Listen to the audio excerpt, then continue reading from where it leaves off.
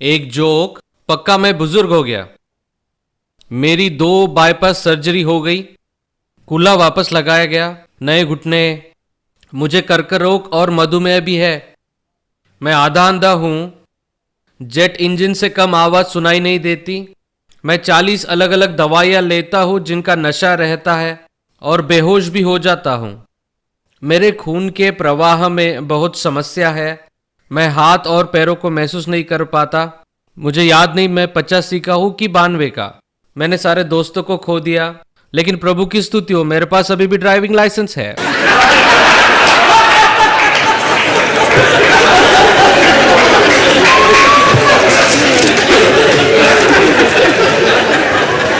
कितने लोग ऐसे आदमी से मिले हैं? आशा करता हूं कि आप वो नहीं हैं।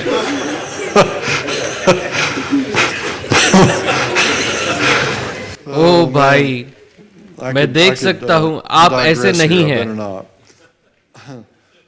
जरूरी है कि दूसरे लोग उसे डालें और ये भी जरूरी है कि दूसरे ही गाड़ी चलाए। आमेन। ओ कभी नहीं, प्रभु की स्तुति हो। ठीक ठीक। तो क्या ये आपके लिए लाभदायक रहा है? दोस्तों, मुख्य बात यह है कि मैं जो कुछ आपको पढ़ा रहा हूं, ऐसा नहीं है कि मैं सोचता हूं ये दुनिया में सबसे महत्वपूर्ण है। हर बार जब कोई शिक्षक खड़ा होगा वो यही कहेगा कि सबसे महत्वपूर्ण है, इसलिए क्योंकि उस समय पवित्र आत्मा यही कह रहा है।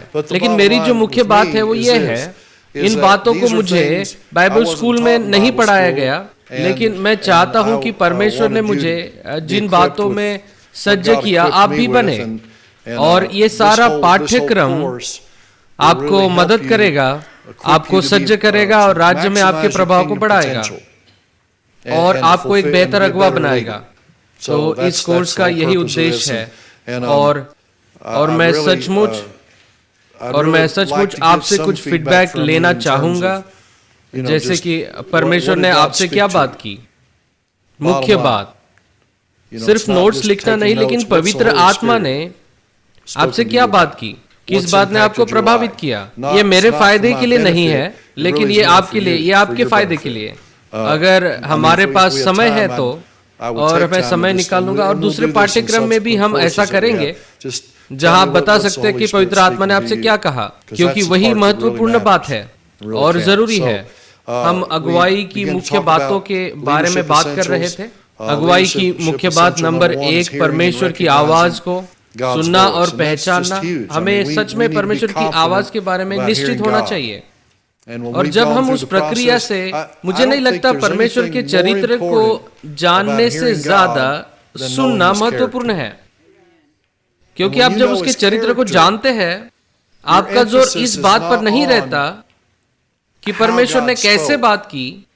देखिए, उसके लिए मैं खुला हूं। परमेश्वर किसी भी रीति से मुझसे बात कर सकता है। वो गधे के द्वारा बात कर सकता है, कोई फर्क नहीं पड़ता। वो नए जन्मे बच्चे के द्वारा मुझसे बात कर सकता है, जैसे कि 5 दिन का बच्चा। लेकिन मुख्य बात यह है कि अगर मैं उसका चरित्र जानता हूं, तो मायने नहीं रखता कि कितना अलौकिक है। मैं जानता हूं कि वो जो है उस छलनी में मैं उसे ले जा सकता हूं, क्योंकि वो ऐसा बात नहीं कहेगा जो उसके चरित्र के विरुद्ध है। समझ आया? तो यह मुझे उसे सुनने में मदद करता है। फिर अगुवाई की दूसरी महत्वपूर्ण बात, साहस। क्या आपको वो पाठ याद है? गर्जन की ओर भागना याद है? और साहस का मतलब डर की अनुपस्थिति नहीं। साहस आपके सबसे बड़े डर का सामना करना है, इस विश्वास के साथ कि प्रभु आपके साथ है। अगुवाई के मुख्य बातें 5, हमने कहा था, नहीं 3, लेकिन यहाँ 5 लिखा है। क्या आपके उसमें 5 लिखा है? तो क्या आप उसके बाद 6 है। तो अब आपको प्रार्थना करनी है और समझना है कि क्या नंबर 3 और 4 कौन से है। ये नंबर आत्मिक विद्यार्थियों के लिए है। आप उसे जान सकते हैं। ठीक है। क्या अगुवाई के बारे में सिर्फ इतनी बातें हैं? नहीं, और भी है। मुझे आप पे विश्वास है। आप ढूंढ निकालिए 3 और 4 नंबर क्या है। ठीक है। बढ़िया, आप लोग होशियार हैं। और इस बात को आप परीक्षा में फिर से देखने वाले हैं कि क्या आप चरित्र के बिना अगुवाई कर सकते हैं? हाँ, कर सकते हैं। लोग हमेशा ही करते हैं, लेकिन चरित्र ही है जो आपको एक आदर्श अगुवा बनाता है। चरित्र मुश्किल होने पर भी सही करने की इच्छा है। परमेश्वर के राज्य का अगुवा होने के नाते आपको पहले से निर्धारित करना है कि सही और गलत के संबंध में कहाँ समझौता नहीं किया जा सकता। सफलता और उन्नति के बजाय ईमानदारी चुनने का आपका निर्णय आपको लोगों पर नैतिक अधिकार देगा। उसका मतलब क्या है? मतलब कोई भी अगुवा, याद है आपको दो प्रकार के अधिकार के बिल्ले हैं। पहला हमारे स्तर से संबंधित है, आपकी जो भूमिका है और आपका जो स्तर है उसके कारण लोग अस्थायी रूप से आपको मदद करेंगे। लेकिन जब आप नैतिक अधिकार में चलते हैं, जब आप लोगों पर नैतिक अधिकार कमाते हैं, लोग आपको उनके दिल देंगे। मैं आपको बताऊं, वो उत्तम है, वो बेहतर है, ज्यादा अच्छा है, सही। हाँ, वो बेहतर रास्ता है। एक अगुवा जो व्यक्तिगत नुकसान होने के बावजूद जो सही है वो करे, तो वो आदर्श अगुवा है। और मैं आपको एक बात बताऊं, मैं अगुवाई के दृश्यों को सालों से देखता आया हूं, और मैंने मसीहों को भी देखा है कि वे आधुनिक और महान और अभिषेक अगुवे के पीछे चलते हैं। आधुनिक और महान अगुवा, मैं उसकी निंदा नहीं कर रहा हूं। परमेश्वर ऐसी सेवकाइयों को उठाता है, लेकिन बहुत से लोग इसलिए पीछे चलते हैं क्योंकि वे आधुनिक और महान होते हैं, और उस समय सबसे ज्यादा लोग उनके पीछे चल रहे होते हैं। और इसलिए भी क्योंकि परमेश्वर के साथ उनके संबंध में वे निश्चित नहीं होते। आपको ऐसा व्यक्ति बनने की जरूरत नहीं, ऐसा मत बनिए। एक निर्णय लीजिए, अगुवों को देखने का देखिए कि वे उनके परिवार से कैसा व्यवहार रखते हैं, लोगों से कैसा व्यवहार करते हैं, लोगों के बारे में क्या बोलते हैं। मैं एक पासबानों के झुंड का अगुवा रहा हूं, और जिस स्थान पर मैं सालों से पासबान रहा और बहुत साल वहां रहने के कारण मैं वैसे ही उनका अगुवा बन गया, और वे मुझे युगों का व्यक्ति कहते हैं।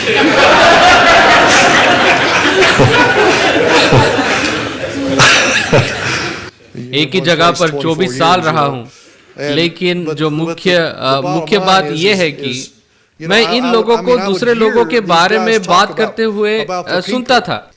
अगर मेरा उनके साथ अच्छा संबंध होता तो मैं उनको कह देता कि समस्या उनके साथ नहीं, समस्या तुम हो। आपको आपके लोगों के बारे में बुरा बोलना रोकना होगा, सही।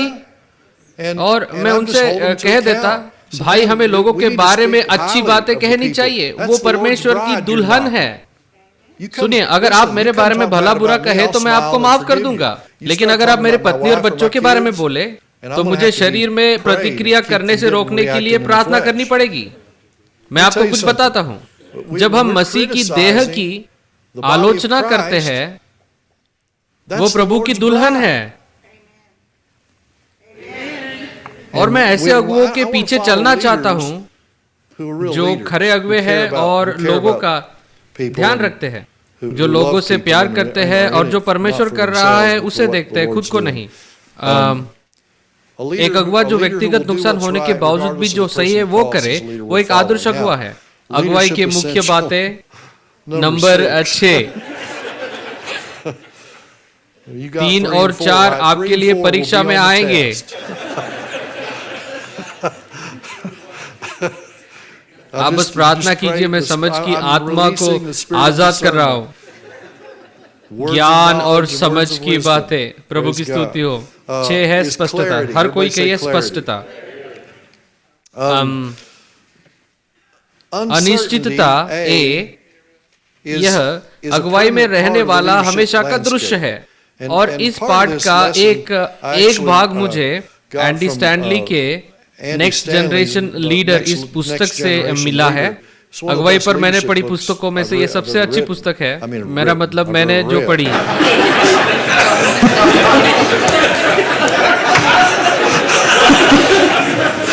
ओ भाई, क्या कोई आकर समाप्त करने में मदद करेगा?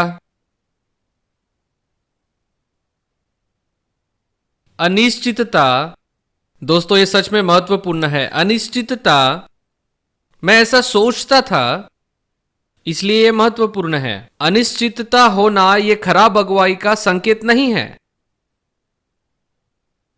लेकिन यह अगुवाई की जरूरत को दिखाता है। अगुवों को सीमित जानकारी पर निर्णय लेना पड़ता है। नंबर 3, कितने लोग इस बात को जानते हैं? इसलिए अगुवे को स्पष्ट होने की कला को विकसित करना चाहिए।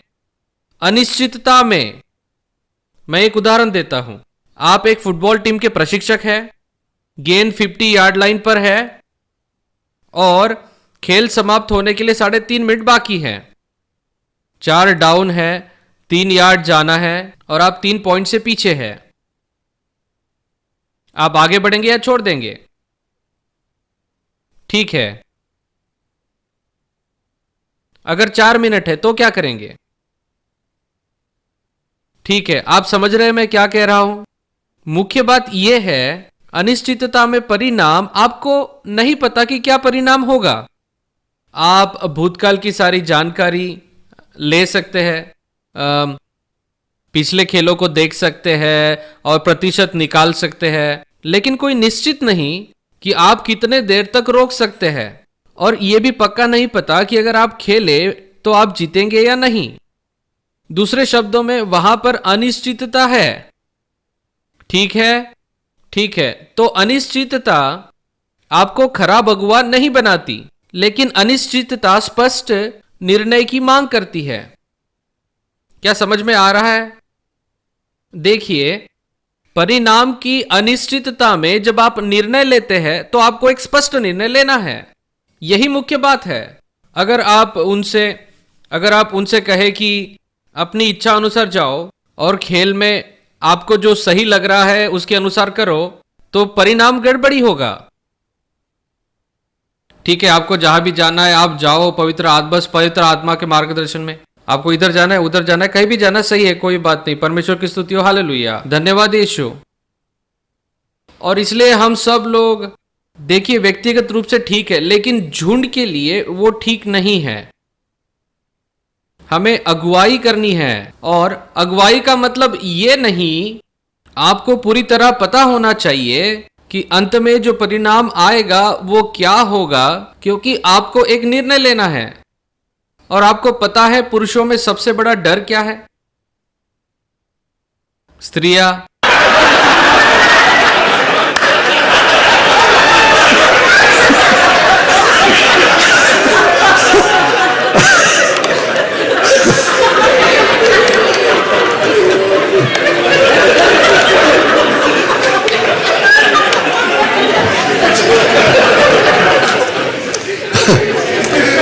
मेरे नोट्स में मैं उसे बदल देता हूं।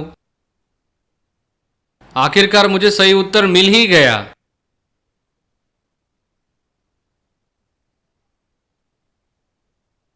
मेरा मतलब शिक्षक अपने विद्यार्थियों से सीख सकता है।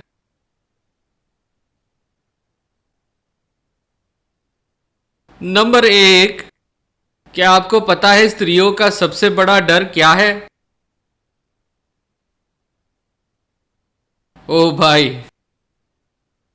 उस लाइन को थोड़ा बाहर निकाल दो, आज हम कुछ और करेंगे। पुरुषों का सबसे बड़ा डर जो है वो है शर्म। शर्म। पता है आपको आपका पति क्यों टालता है? क्योंकि वो सही बात को करना चाहता है, और आपको उसे बताना पड़ेगा कि उसने जो निर्णय लिया वो जो था गलत था।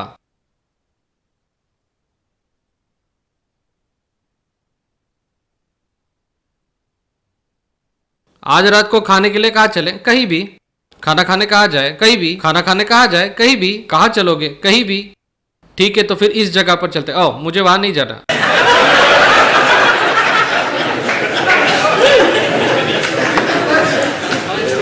तो देखिए दोस्तों, मैं कैसे करता हूं। ठीक है, मैं निर्णय लूंगा, लेकिन तुम मुझे बताओ कि कौन सा खाना है तुम नहीं खाना चाहती। क्या चाइनीज या मैक्सिकन है? जो भी नहीं खाना चाहती वो बताओ। आज रात जो भी नहीं खाना चाहती वो मुझे पता होना चाहिए। यह मत समझो कि मुझे सब कुछ पता है, तुम बताओ। अभी नहीं बताया तो शिकायत मत करना, फिर मैं निर्णय लेता हूं। सही? आपको कारण पता है कि क्यों पुरुष निर्णय लेने में आत्मविश्वास नहीं रखते? क्योंकि हमारे गाड़ी के पीछे चालक बैठे होते हैं और हमारा सबसे बड़ा डर होता है शर्म। इसलिए हम असफल नहीं होना चाहते, जो सही है वो करना चाहते। लेकिन सच्चाई है दोस्तों, जीवन के बहुत से निर्णय एकदम सुनिश्चित और जैसे काला या सफेद नहीं होता, बीच में भूरा भी निर्णय होता है जिसे हमें लेना पड़ता है। मतलब आप दोनों तरफ जा सकते हैं, एक तो उसे छोड़ सकते हैं या फिर उसे पूरा कर सकते हैं। लेकिन मुख्य बात यह है, हम क्यों टालते हैं? क्योंकि हम नहीं चाहते कि हम शर्मिंदा हो, हम डरते हैं, हम असफलता से डरते हैं। क्या आपको पता है स्त्रियों का सबसे बड़ा डर क्या है? अलगाव। और इसलिए क्या होता है कि पुरुष क्या करता है जब वो असफल होता है या उसे लगता है कि उसने पत्नी के साथ कुछ गलत किया या उसके होने वाली पत्नी के साथ गलत किया, वो भाग जाता है। वह भाग जाएगा, एक तो लड़ेगा या भागेगा। और स्त्रियों के लिए सबसे महत्वपूर्ण होता है कि एक साथ जुड़ना या साथ रहना। इसलिए होता यह है कि हम हमारे डर में, देखिए आप ये बोल सकते हैं जब आप खेल के मैदान में हैं, वहां एक छोटी लड़की क्या कहती है? तू अब से मेरा बेस्ट फ्रेंड नहीं है। आप लड़कों को ऐसा कहते नहीं सुनते। लड़के कहते हैं मेरे डैडी तेरे डैडी से बड़े हैं, या फिर कहते हैं मैं क्या आप समझ रहे हैं मैं क्या कहना चाह रहा हूं? हमें एक दूसरे को समझना चाहिए कि क्यों अगुवों को निर्णय लेने में इतना मुश्किल होता है। देखिए, मैं यहाँ आपको उत्साहित करने की कोशिश कर रहा हूँ। ये कोई यहाँ पर मैं लिंग पक्षपात नहीं कर रहा हूँ, मैं सिर्फ इतना कह रहा हूँ, लड़कियों आप हमें बताइए कि आपकी राय क्या है, लेकिन फिर हमें निर्णय लेने दीजिए और आप ब्रेक पर से पैर हटा दीजिए। एक आमीन के लिए धन्यवाद, प्रभु की स्तुति हो। क्या आपकी शादी हो गई है मैम? ठीक है, यहां पर एक आदर्श अच्छी पत्नी यहां पर है।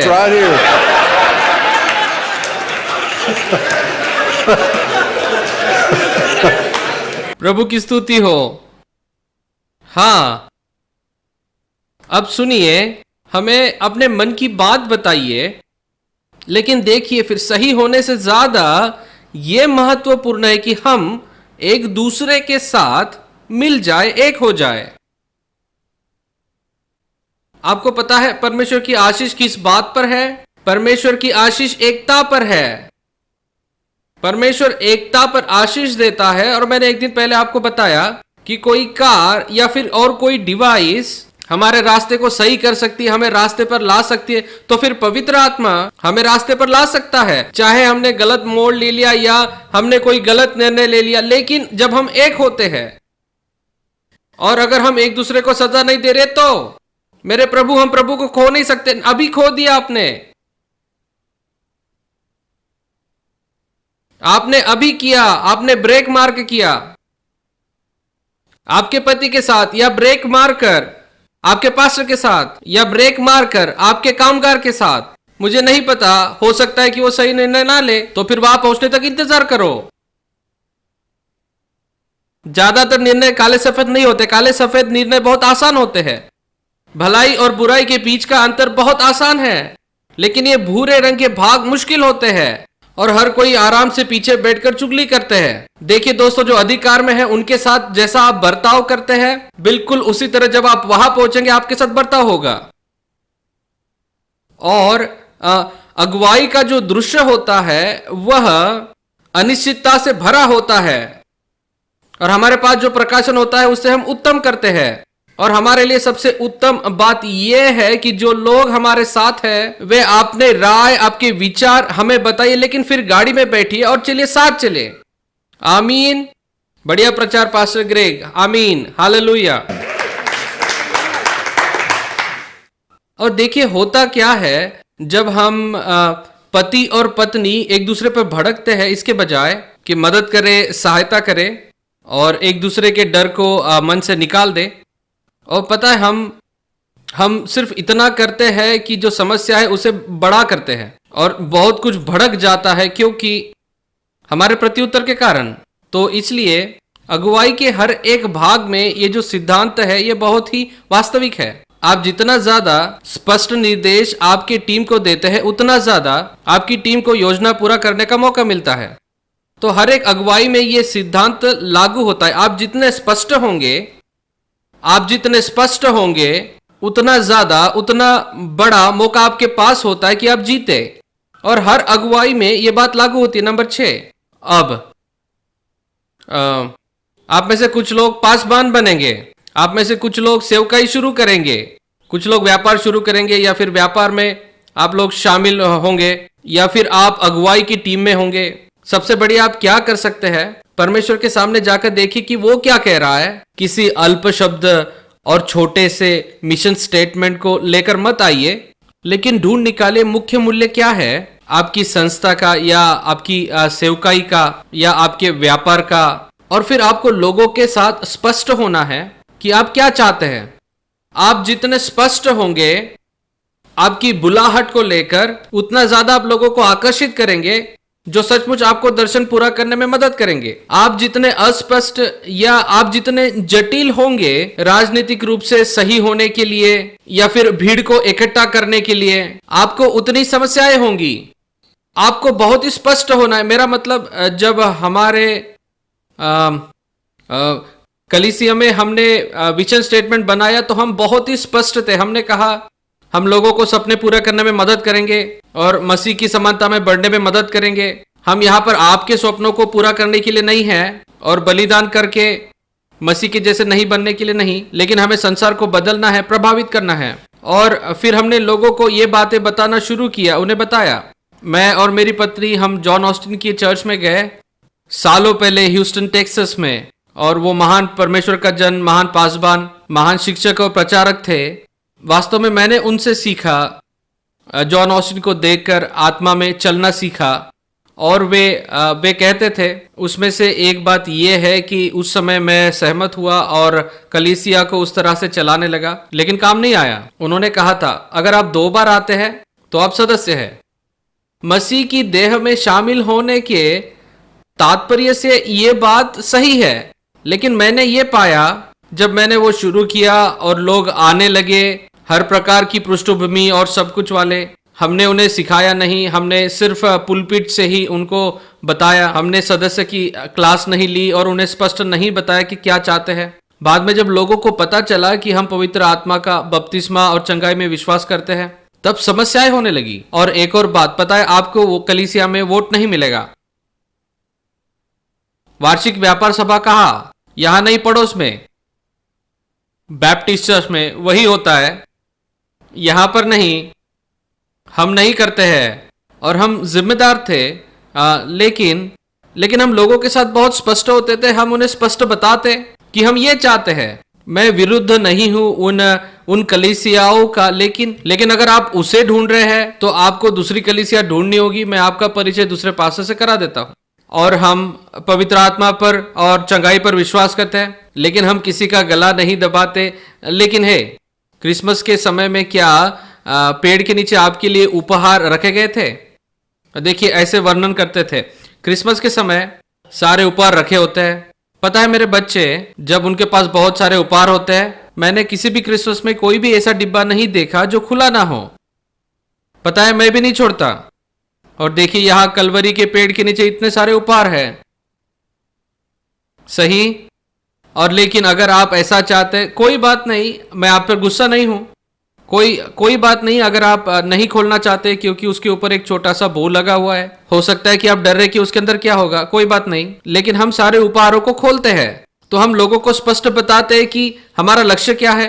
अगर आप विश्वास नहीं करते तो कोई बात नहीं, हम आपसे प्यार करते हैं, हम आपको जबरदस्ती नहीं कर रहे, आपका हाथ नहीं मोड़ रहे, लेकिन स्पष्ट आपको बता रहे हैं कि हमारा लक्ष्य क्या है और हम कौन हैं। और ऐसा करने पर आप लोगों को आकर्षित करते हैं, उन लोगों को जो आपकी तरह विश्वास करते हैं, आपकी तरह है, और वो लोग जो आपको आपके दर्शन को पूरा करने में मदद कर सकते हैं। लेकिन अगर नहीं बताए, और बहुत से लोग डर के कारण नहीं बताते, अगर आप नहीं बताएंगे तो क्या होगा?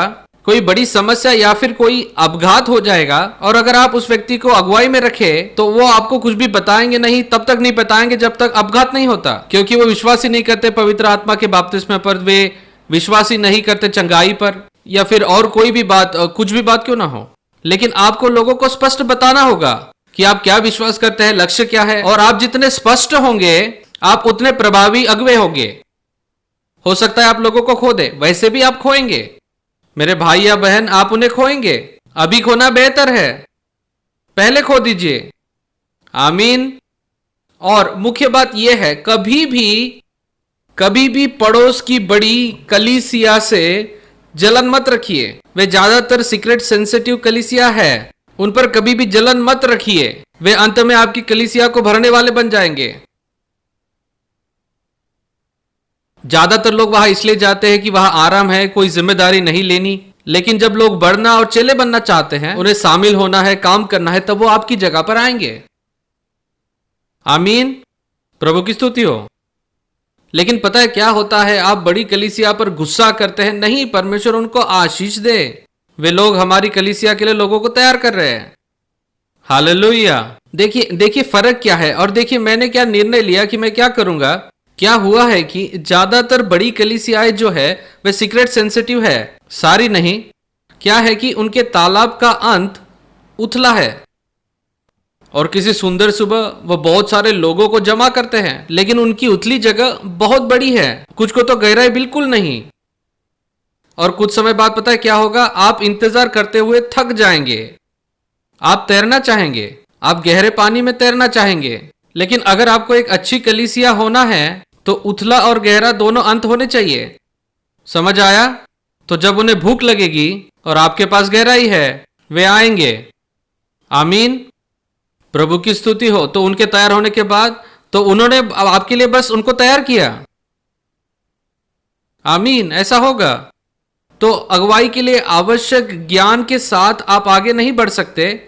दुविधा में रहकर पेज दो, ऐसा नहीं कर सकते। अगर किसी को बुद्धि की कमी हो तो प्रभु से मांगे, जो बिना उलाहना दिए सबको उदारता से देता है उसको दी जाएगी, पर विश्वास से मांगे। और कुछ क्या ना करे, क्योंकि संदेह करने वाला समुद्र की लहर के समान है, जो हवा से बहती और उछलती है। ऐसा मनुष्य यह ना समझे कि मुझे प्रभु से कुछ मिलेगा। स्पष्टता में आत्मविश्वास और नम्रता दोनों आवश्यक है।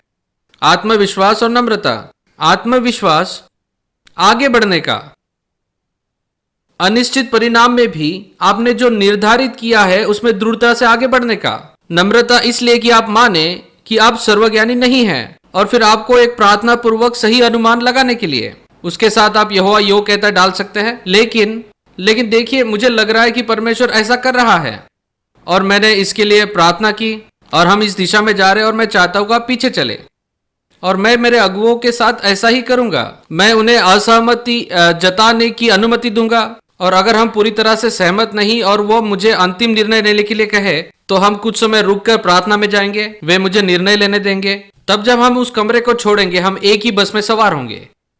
और अगर ऐसा नहीं हुआ और मैं बहुमत को देखूं मेरे अगुओं को कि वे इस रास्ते में जाने के लिए निर्धारित है, तो मैं बस में चढ़ जाऊंगा और कहूंगा चलो चलते हैं।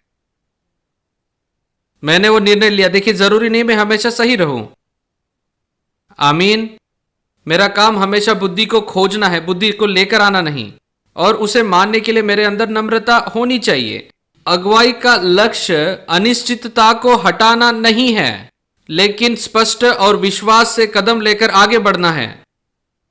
तो एक अच्छा अगुवा, अब देखिए, मैंने डर शब्द का उपयोग किया, इसलिए मेरे ऊपर कूदिए मत। लेकिन आपको जिस बारे में ज्यादा चिंता करनी है, बिल्कुल सही होना नहीं, लेकिन स्पष्ट होना है। सी, अगुवाई में धब्बा। जानना चाहते वो क्या है? सी के अंदर एक सही होने की जरूरत।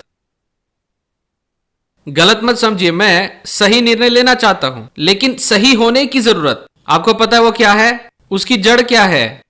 घमंड। सही होने की जरूरत। देखिए, वो बात नहीं है। मैं परवाह नहीं करता मैं सही हूं या गलत। मैं परवाह करता हूं कि परमेश्वर के लोगों के लिए क्या सही है।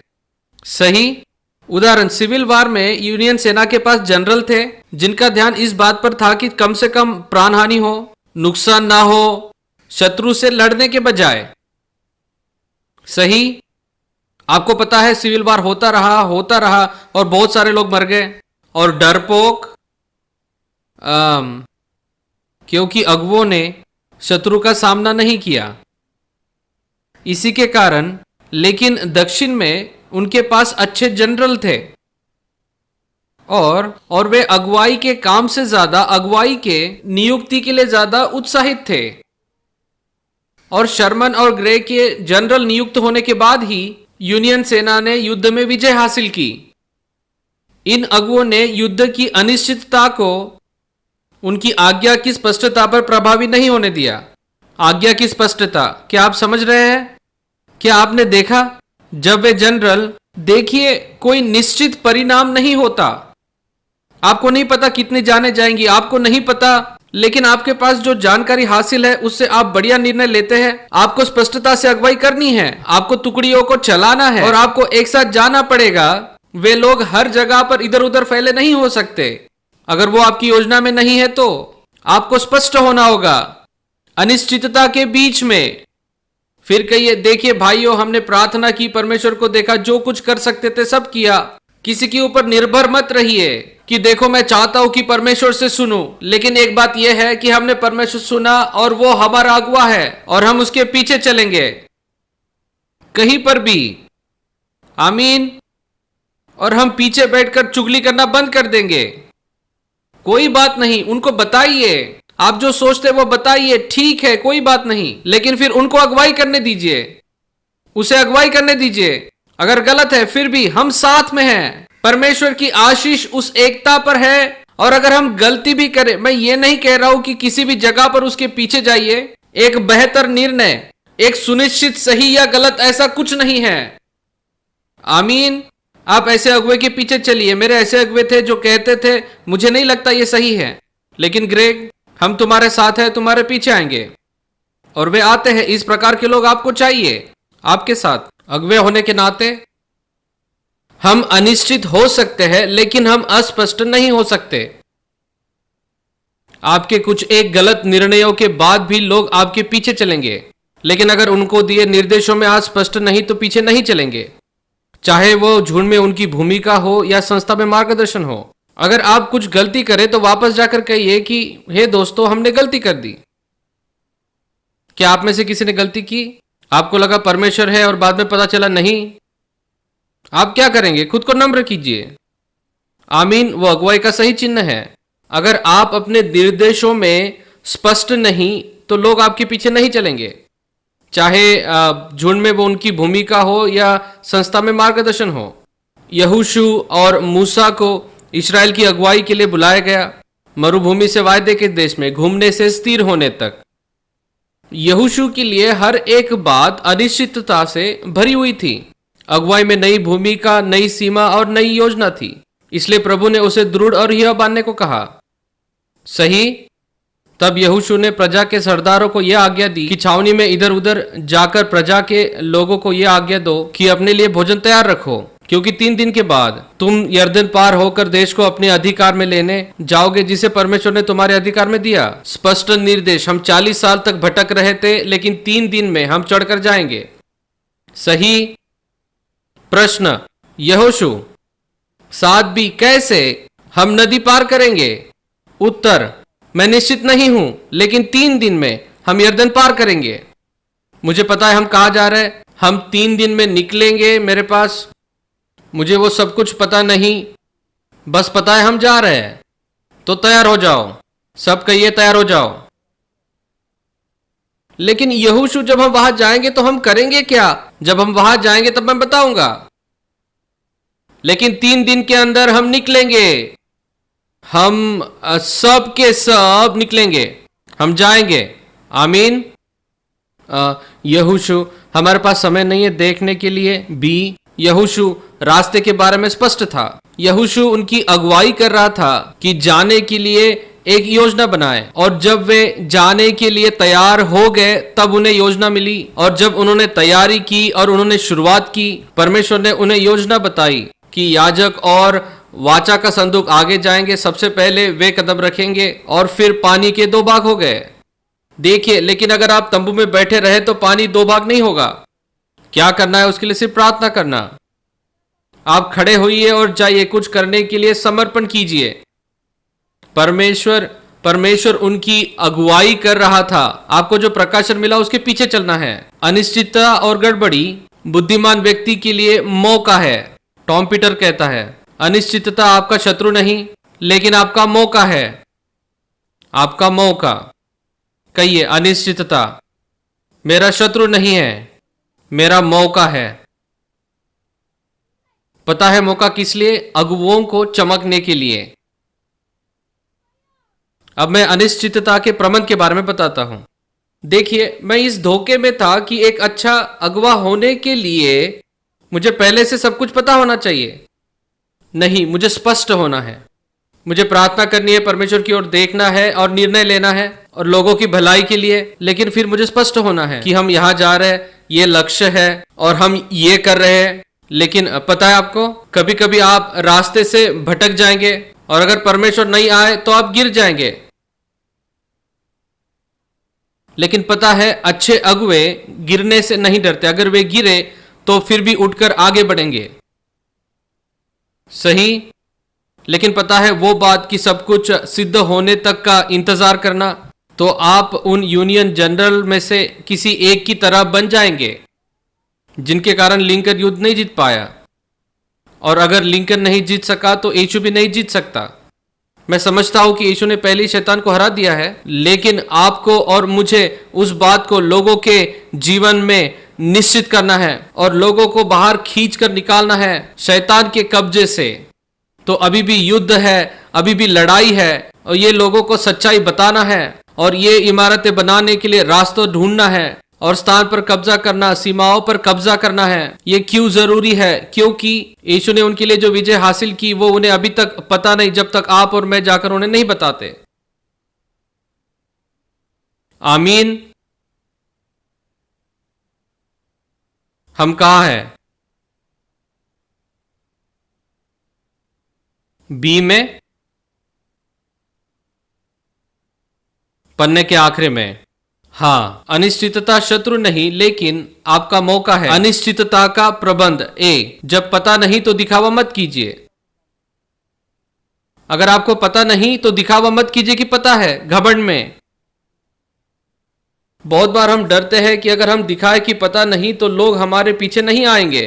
कितने लोग जानते हैं कि लोग जानते हैं जब आपको पता नहीं होता तो कहिए, मुझे नहीं पता उत्तर, लेकिन पता है मैं परमेश्वर की ओर देखूंगा, ढूंढूंगा। ये मुझे बुरा अगुवा नहीं बनाता, ये मुझे खुला, ईमानदार, पारदर्शी बनाता है। यह दूसरों को क्या करता है? आशा देता है कि हे, मैं अगुवा बन सकता हूं जिसे सब कुछ नहीं पता। क्या अद्भुत नहीं? मुझे आपकी जरूरत है, आपसे सुनने की जरूरत है। आप क्या सोचते हैं? मेरे पास समस्या नहीं, लेकिन समाधान लेकर आइए। आमीन। अच्छे अगुवे सब कुछ जानते, ये झूठ है। जब हम दिखावा करते हैं तो 2 बातें हमेशा होती है। ये, हम दूसरों का सहयोग लेने से खुद को रोकते हैं और वह सहयोग एक उत्तर हो सकता है। जब हम दिखावा करते कि पता है, तब लोग जिनके पास उत्तर है वे आपको नहीं बताएंगे, क्योंकि ठीक है, शायद उन्हें पता है वो क्या कर रहे हैं। और आपकी संस्था में ऐसा व्यक्ति हमेशा होगा कि जिसके पास उत्तर होगा। बी, हम लोगों को हमारी असुरक्षितता दिखाते जो हमारे पीछे चलते हैं। दिखावा करना अनिश्चितता को प्रदर्शित करने से ज्यादा जल्दी सम्मान को हटा देता है। अनिश्चितता, सुनिए, यह बहुत ही सामर्थी है। अनिश्चितता ज्ञान की कमी को दर्शाता है। दिखावा चरित्रहीनता को दिखाता है। यह सामर्थ्य है। उसे आपके फ्रिज पर लिखिए या रेखांकित करके रखिए। आपकी अनिश्चितता को दर्शाने के द्वारा आप अपने अगुवों को वही करने की अनुमति देते हैं।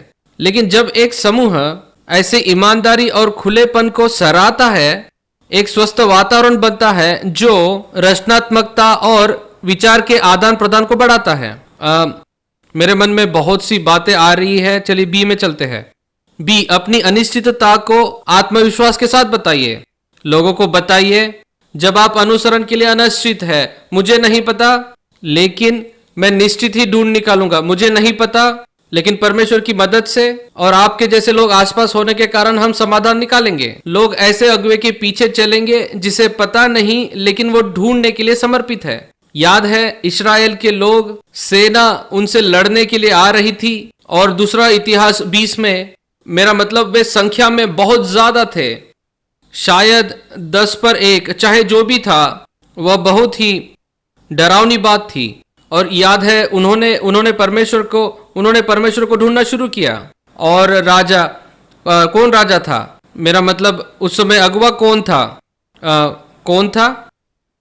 यहोशाफात। उसने उपवास की घोषणा की। वे इकट्ठा हुए और मिलकर प्रभु को देखने लगे, और उन्होंने कहा, प्रभु, और उनकी प्रार्थना ये थी कि प्रभु, हमारे सामने बहुत बड़ी सेना है, हमारे सामने खड़ी है, लेकिन परमेश्वर, आप महान और अद्भुत परमेश्वर है। हमें नहीं पता हम क्या करें, लेकिन, सब कहिए लेकिन, हमारी आंखें तेरी ओर है। वो एक अच्छा अगुवा था।